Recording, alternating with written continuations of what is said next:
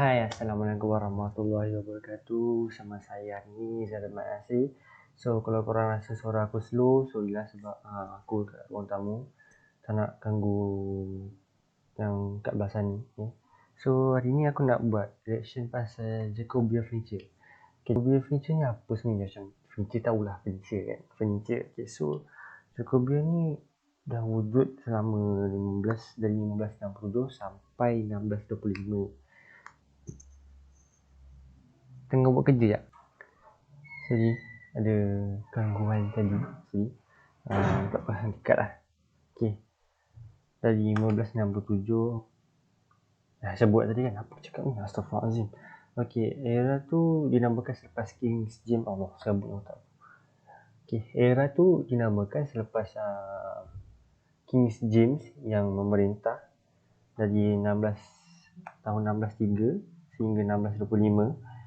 Dari macam Jacobean furniture ni macam jenis architecture lah, architecture, theater, decoration. So macam dia punya style ni macam more kepada theater kan, decoration. Sebab daripada gambar yang aku tengok, diorang macam buat macam decoration tu macam agak banyak lah. So nanti aku letak gambar kan, gambar kat sini. Okay, sini salah, sini. So di sini macam dia ada buat kerusi, table, dan kabinet, katil. So di mereka ni Jacobean digelar sebagai Pilgrim furniture yang sama dengan Elizabethan style lah. So dia sama lah kan. So dia buat daripada pokok oak. Alah, saya buat sangat ni. So size furniture diorang ni agak besar. So membuatkan diorang macam furniture tu agak selesa lah untuk digunakan pada zaman-zaman dulu lah, zaman-zaman Amerika dulu lah. So selepas ni aku nak buat video. So tanpa membuang masa, kita teruskan. Okay, so ini video yang aku jumpa lah kat YouTube. So kita dengar dulu. Nanti kalau macam tak cukup info, kita akan cari yang lain. Okay. So nanti korang jangan lupa subscribe. Okay, jangan lupa subscribe. Itu yang paling penting. So sebab ini video aku yang macam first lah. Sebab actually aku suruh buat reaction video. Nampak? Itu aku tak nak buat. So aku ada gangguan. So jangan lupa subscribe dan like. So aku harap ada yang support lah video ni. Walaupun video ni agak, aku rasa macam apa yang aku cakap ni mengarut, tapi demi assignment. So kita teruskan.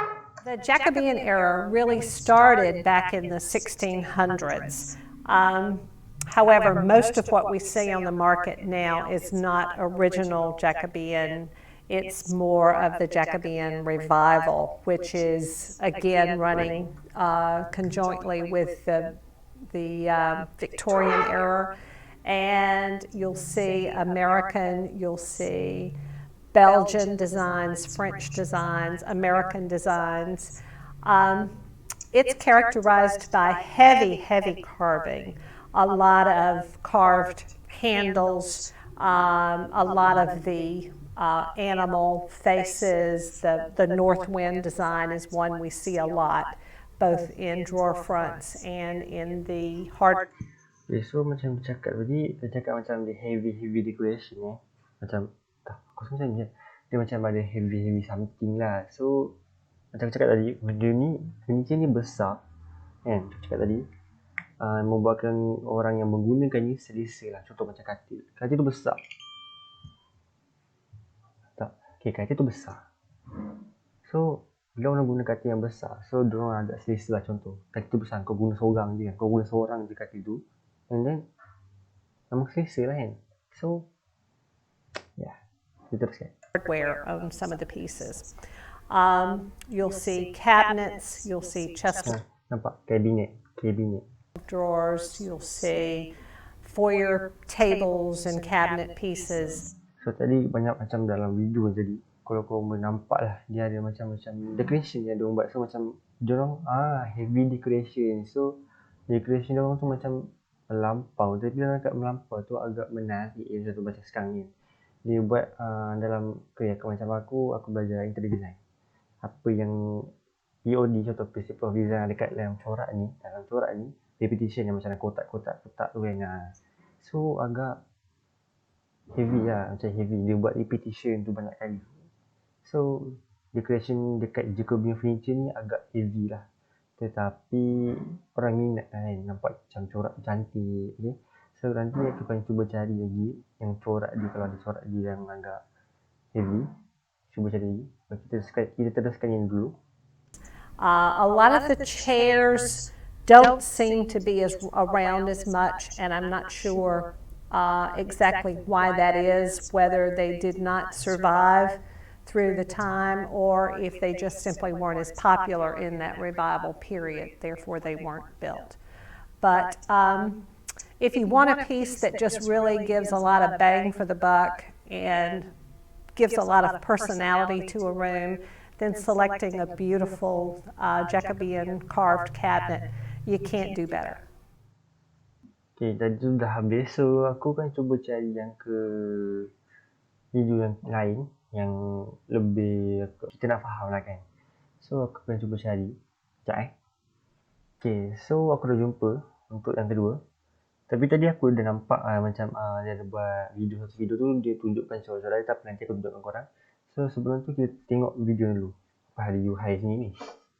Okay, so teruskan When we start to get into American colonial furniture, we're going to start running into a number of problems. After all, they're basically copying ideas from wherever they're from, primarily England in this case, since we're dealing with the Jacobean. Now, the houses tend to be very sparsely furnished at this point. Furniture is very expensive. It's something that requires a skilled craftsman, and they don't have a lot of skilled craftsmen to deal with. When we look at, for example, American versus English Jacobean, you will notice that the American example on the left is a lot simpler than the English example on the right. The reason is they aren't generally sending the best craftsmen from those woodworking shops in England over to the colony. Ada gangguan. Sorry guys, ada gangguan tadi. So, kita teruskan Instead, what you generally have are people with general skills. I can woodwork. I have done rough carpentry, for example. And those people are suddenly being asked to make chairs and trying to do so in something that more or less resembles the form that they're familiar with from England or that they're finding in pattern books that are being sent over.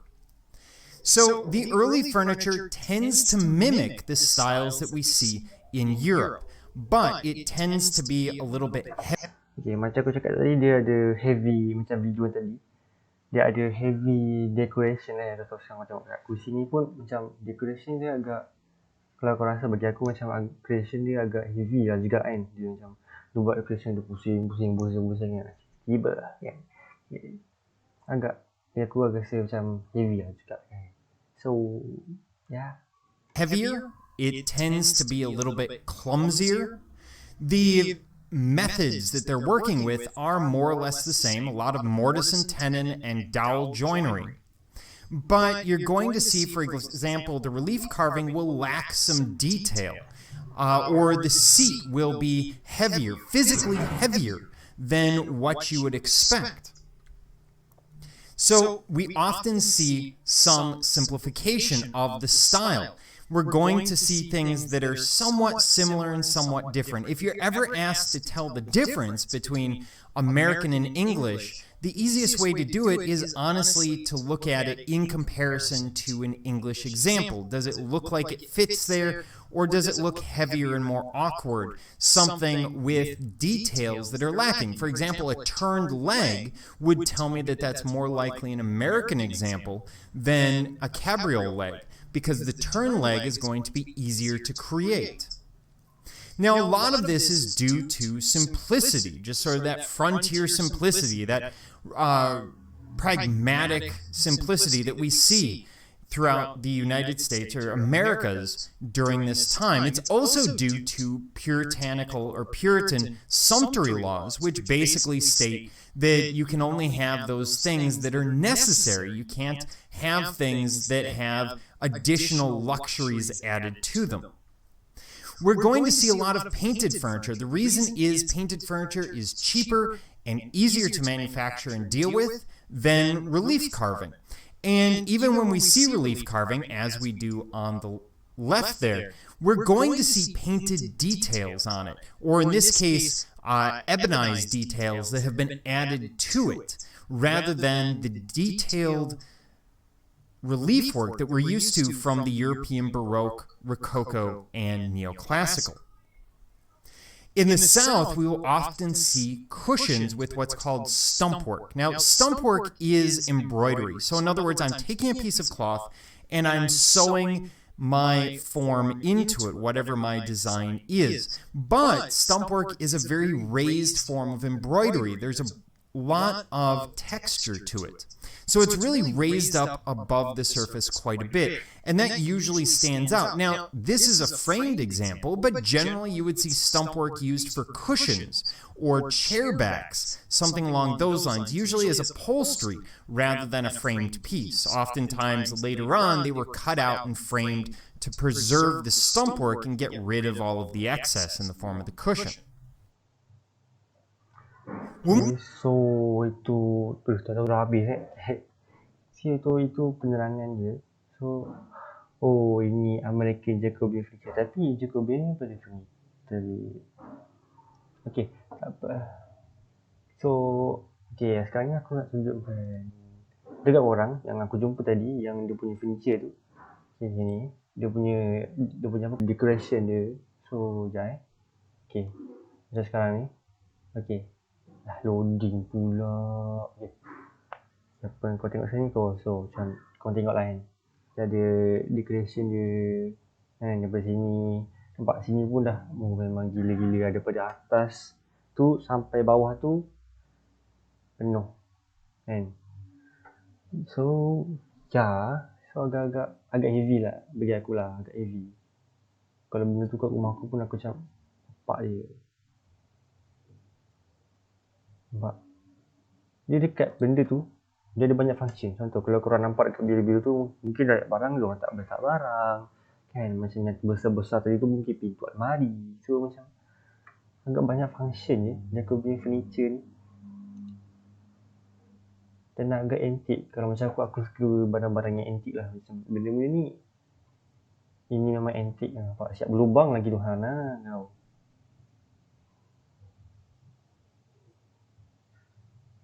Kau tunjuk lubang tu.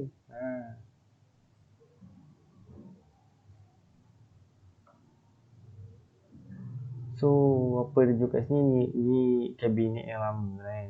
Kabinet memang lama punya. Yang sememangnya antik lah.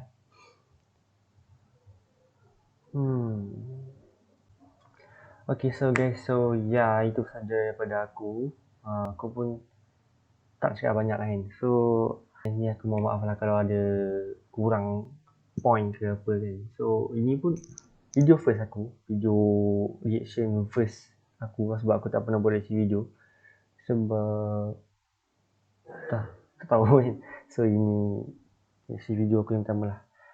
So insyaAllah aku akan buat YouTube yang betul-betul lah. Aku ada je YouTube, tapi YouTube tu untuk main-main kan. So maybe aku akan buat YouTube yang betul untuk aku punya konten, insya-Allah. Kalau dia murahkan rezeki kan, aman tahu lah kan. So sorry for the bad quality for my camera, sebab ni kamera laptop je, sebab aku tak beli webcam. Mak kau. Apalah, insya-Allah kalau ada rezeki beli, ada rezeki buat YouTube konten. Okay, so daripada aku itu saja. So jangan lupa subscribe dan like. Sesiapa yang tengok ni, kalau korang rasa bosan ke tak apa, faham, boleh tengok video-video lain kan. So itu saja daripada aku. Assalamualaikum.